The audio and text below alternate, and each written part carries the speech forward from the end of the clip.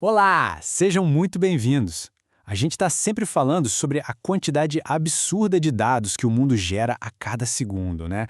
Mas como é que a gente pega essa montanha de informação e transforma em uma decisão inteligente, de verdade? É exatamente essa jornada que a gente vai fazer hoje, usando as ferramentas da Microsoft como nosso guia. Pois é, essa é a pergunta de US$ 1 milhão, não é mesmo? A gente está literalmente nadando num oceano de dados. E o segredo, olha só, não é simplesmente ter mais e mais informação, é ter a informação certa. O nosso desafio é exatamente esse. Como é que a gente filtra todo esse ruído para encontrar o sinal, aquele insight que realmente faz a diferença? Então vamos lá. Para começar, o primeiro passo é entender a natureza desse verdadeiro dilúvio de dados e como a gente pode sequer começar a capturar tudo isso. O primeiro desafio de todos tem um nome: ingestão. Pensa nisso como a porta de entrada para qualquer tipo de análise. É o ato de buscar os dados de tudo quanto é canto. Sensores, logs de sistema, transações de venda, o que for, e trazer tudo para um lugar só, um lugar central onde a gente possa finalmente começar a trabalhar com eles. E para fazer isso, existem basicamente duas abordagens principais. Certo. E como a gente captura esses dados? Basicamente é como se a gente tivesse duas estradas para seguir. Uma é o processamento em lote e a outra é o processamento em tempo real. Vamos entender a diferença entre elas. De um lado, então, a gente tem o processamento em lote, sabe? Aquele método mais tradicional, testado e aprovado. Do outro, o processamento de fluxo, que é pura velocidade. É o tempo real na veia. Cada um deles tem o seu próprio superpoder, por assim dizer.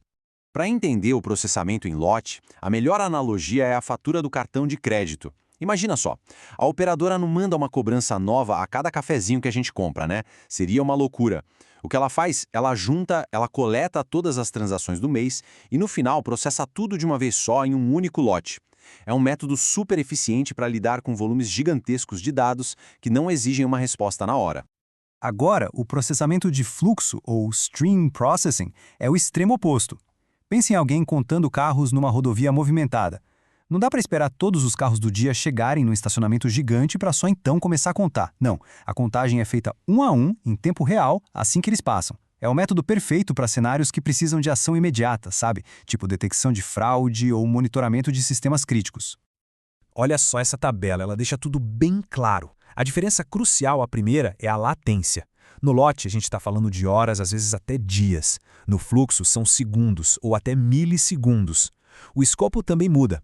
O lote olha para o retrato completo, para todo o conjunto de dados. Já o fluxo está focado no agora, nos dados que acabaram de chegar. E claro, isso impacta o tipo de análise. No lote, a gente pode fazer análises super complexas e profundas. No fluxo, a análise é mais simples, mais direta, pensada por uma resposta rápida.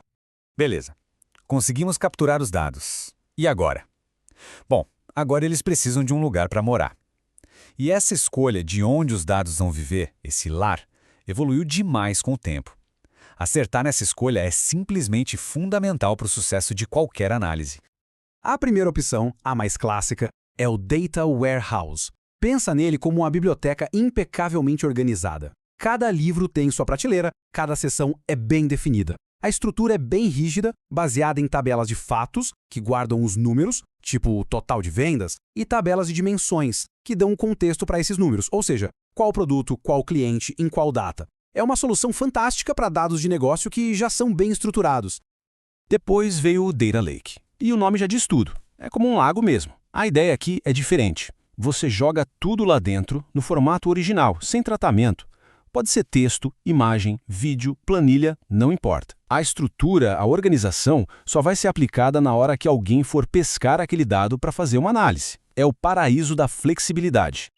Tá, mas e se a gente pudesse ter o melhor dos dois? A flexibilidade do lago com a organização da biblioteca. Pois é, essa é exatamente a promessa do Data Lake House.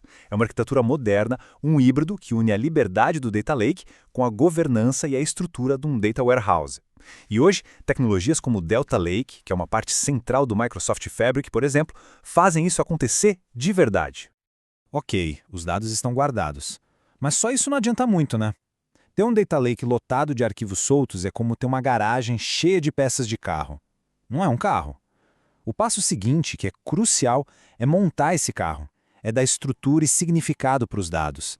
E isso a gente faz com a modelagem.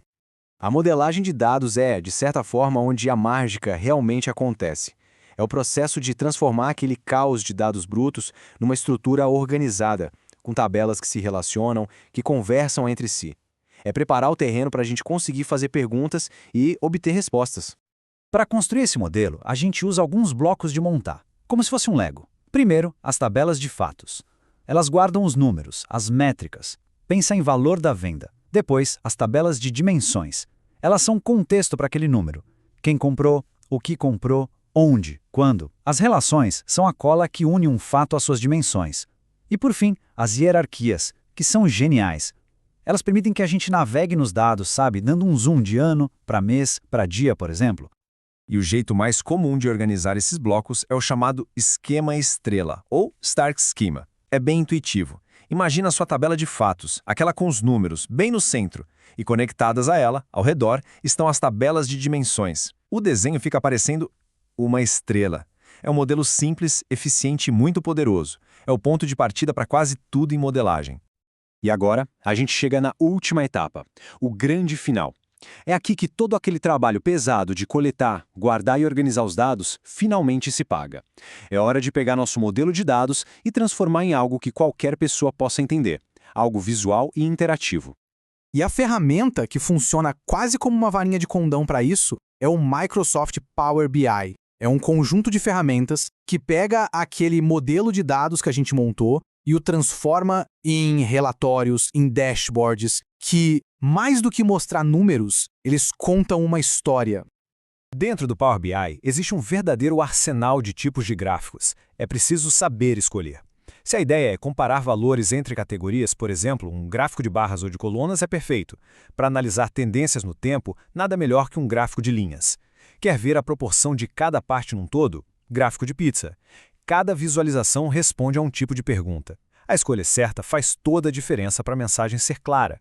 E o fluxo de trabalho com o Power BI é bem direto, sabe? Geralmente, tudo começa no aplicativo para computador, o Power BI Desktop. É lá que os dados são importados e o modelo é criado. Com o relatório pronto, ele é publicado na nuvem, no serviço do Power BI. E a partir daí, pronto. Ele pode ser compartilhado e acessado de qualquer lugar, pelo navegador ou até pelo celular. Mas o verdadeiro pulo do gato das ferramentas modernas como o Power BI é isso aqui, a interatividade. Os gráficos não são imagens estáticas, mortas, eles estão todos conectados. Se a gente clica em uma barra de um gráfico, todo o resto do relatório se filtra automaticamente para mostrar só os dados daquela barra. É incrível! A pessoa que consome o relatório não é mais um espectador passivo, ela se torna uma exploradora, um detetive dos dados. E com isso, a gente fecha o ciclo completo. A gente partiu de um dilúvio de dados brutos, um verdadeiro caos, e passamos por toda a jornada em gestão, armazenamento, modelagem e, por fim, visualização. O resultado final é clareza. É um insight que permite que as decisões sejam tomadas com base em fatos, em evidências. E para a gente fechar, fica uma provocação. Pense nos dados que estão por aí ao nosso redor. Nos dados de uma empresa, de um projeto pessoal ou até do nosso dia a dia. Que histórias será que estão escondidas ali, só esperando para serem descobertas? No fim das contas, a análise de dados é exatamente sobre isso. Encontrar esses padrões e transformar informação em ação.